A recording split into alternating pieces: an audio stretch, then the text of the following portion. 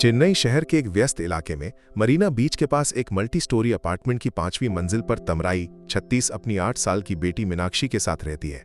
तमराई एक निजी कंपनी में अकाउंटेंट है और काम व परिवार को संभालते हुए एक व्यस्त जीवन जीती है। उसके फ्लैट के बालकनी से समुद्र की लहरों की आवाज और शहर के हॉर्न का शोर सुनाई देता है। हर सुबह खिड़की से सूरज की रोशनी अंदर आती है और पास के मंदिर की घंटियों की आवाज व पक्षियों के चहचहाने से तमराई की नींद खुलती है। मीनाक्षी, हमेशा हंसी और शरारत से भरी बच्ची, तब तक जागकर फ्लैट के छोटे से टेरेस पर खेलना शुरू कर देती है। एक शनिवार की सुबह तमराई ने घर की सफाई शुरू की। घर को व्यवस्थित करना उसे मानसिक शांति देता था, है ना? मीनाक्षी के कमरे में पहुंची तो उसने फर्श पर बिखरे कपड़े उठाए। कपड़े धोने की मशीन में डालते समय मीनाक्षी की एक फ्रॉक पर एक अजीब सा सफेद द्रव दिखा। तमराई के शरीर में एक सिहरन दौड़ गई। ये क्या है? उसने खुद से पूछा। पहले तो उसे कुछ समझ नहीं आया, डिटर्जेंट का अवशेष है या मीनाक्षी की खाई आइसक्रीम का दाग। लेकिन जब उसने कपड़े को ध्यान से देखा तो समझ आया कि यह कोई साधारण दाग नहीं है। एक अजीब सा डर उसके मन में समा गया। कुछ ठीक नहीं लग रहा था, है ना? तमराई ने खुद को शांत करने की कोशिश की। बेकार की चिंता मत कर, उसने खुद से कहा। लेकिन वो द्रव उसके मन को परेशान करता रहा। उसने बाकी घर के कामों पर ध्यान लगाया, लेकिन एक बेचैनी उसे छोड़कर नहीं गई। चेन्नई के व्यस्त शहर के शोर के बीच भी उसके मन में एक डरावने रहस्य की छाया बनी रही।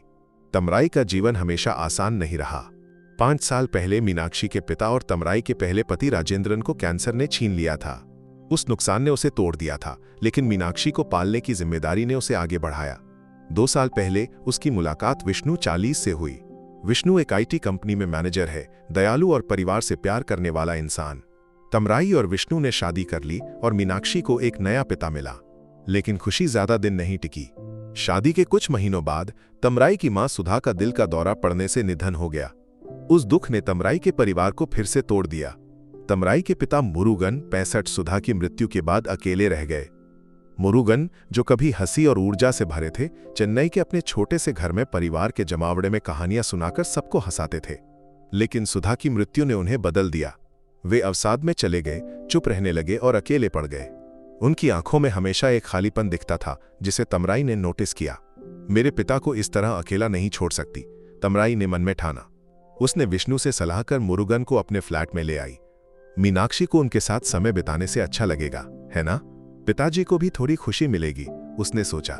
लेकिन चीजें वैसी नहीं हुई जैसी उसने उम्मीद की थी। मुरुगन ज्यादातर अपने कमरे में ही रहते, खाना भी अकेले खाते। मीनाक्षी के प्रति वे स्नेह दिखाते, लेकिन उनके चेहरे पर हमेशा उदासी की छाया रहती।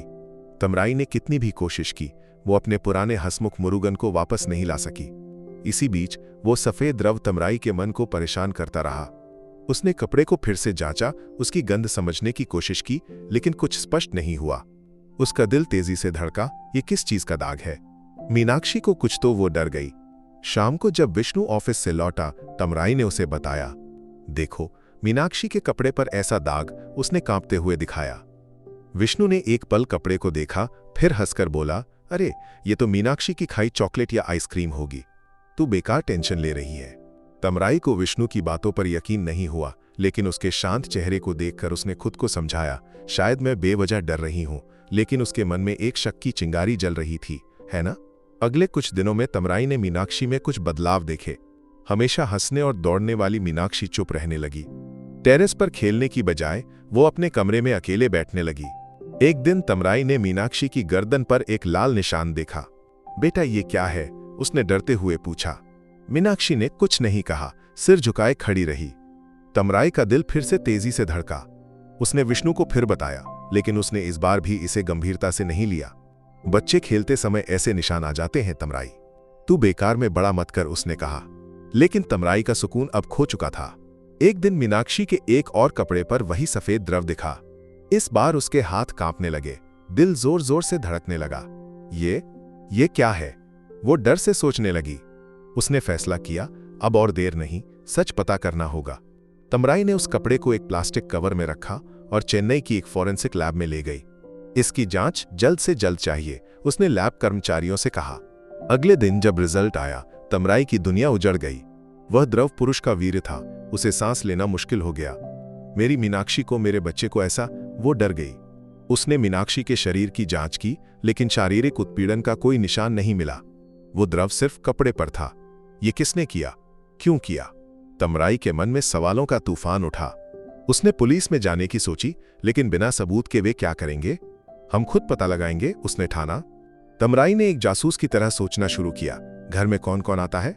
विष्णु, मुरुगन, कभी कभी मीनाक्षी के स्कूल दोस्तों के माता पिता, डिलीवरी बॉय। लेकिन मीनाक्षी को अकेले पाने का मौका किसे मिलता है? उसके मन में सिर्फ दो नाम आए, विष्णु उसका पति और मुरुगन उसके पिता। नहीं, ये वे नहीं हो सकते, उसने खुद से कहा। लेकिन शक एक जहर की तरह उसे खाने लगा। उसने मीनाक्षी से नरमी से बात करने की कोशिश की। बेटा, किसी ने तुझसे कुछ। लेकिन मीनाक्षी ने कुछ नहीं कहा, उसकी आंखें खाली थीं। तमराई का दिल टूट गया। मेरे बच्चे को कोई डरा रहा है, उसने पक्का किया। एक रात तमराई ने मीनाक्षी के कमरे में एक मोबाइल फोन छिपा दिया, वीडियो रिकॉर्डिंग ऑन करके। देखते हैं कौन आता है, उसने ठाना। अगले कुछ दिनों तक वो हर सुबह फोन चेक करती, लेकिन कुछ नहीं मिला। लेकिन एक रात मीनाक्षी के कमरे से आवाज सुनकर तमराई चौंक कर उठी। विष्णु तब गहरी नींद में था। तमराई कमरे की ओर दौड़ी और वहां एक चौंकाने वाला दृश्य, मुरुगन मीनाक्षी के कमरे से बाहर आ रहा था। पिताजी, इस रात में यहां क्या कर रहे हैं? तमराई ने गुस्से से पूछा। मुरुगन का चेहरा फीका पड़ गया। मीनाक्षी, वो रो रही थी। मैं उसे सांत्वना देने आया, उसने हकलाते हुए कहा। लेकिन तमराई की नजर मुरुगन की पैंट पर एक गीलेपन पर पड़ी। ये क्या है पिताजी? वो चीखी। मुरुगन डरते हुए बोला, मुझे नहीं पता। तमराई का मन टूट गया। मेरे पिता, मेरी मीनाक्षी को। वो विश्वास नहीं कर पाई। उसने विष्णु को जगाया, सब बताया। विष्णु गुस्से में चीखा, ये सब मुरुगन के आने के बाद ही शुरू हुआ है ना? वही इसके पीछे है। विष्णु ने मुरुगन को दोषी ठहराया और तमराई का मन भी उससे सहमत हो गया। अगले दिन तमराई ने मुरुगन के कमरे की तलाशी ली। वहां मुरुगन के सामान के बीच मीनाक्षी का एक कपड़ा मिला। ये क्या है? उसका दिल टूट गया। मेरे पिता, मेरे बच्चे के साथ, उसने सोचा। उसी रात फिर से मीनाक्षी के कमरे से आवाज आई। तमराई दौड़ कर गई और मुरुगन फिर वहां था। उसने उसे पकड़ा। सच बोलो, मेरी बेटी के साथ तुमने क्या किया? मुरुगन डरते हुए बोला, मैंने कुछ नहीं किया। मीनाक्षी रो रही थी तो मैं। तमराई और कुछ सुन नहीं पाई। उसने पुलिस को बुलाया। विष्णु जागा, मुरुगन को दोषी ठहराया और उसे बांध दिया।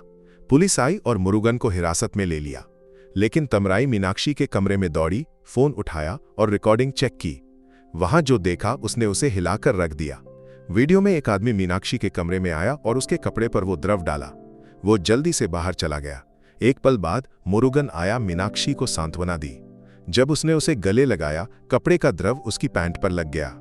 जब रोशनी में उसका चेहरा दिखा, तमराई दंग रह गई। वो विष्णु था, मुरुगन नहीं। तमराई चीखी, पुलिस, गलती हो गई।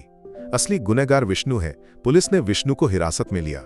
वीडियो सबूत दिखाने पर विष्णु ने सब कबूल कर लिया। मुरुगन को पुलिस ने छोड़ दिया।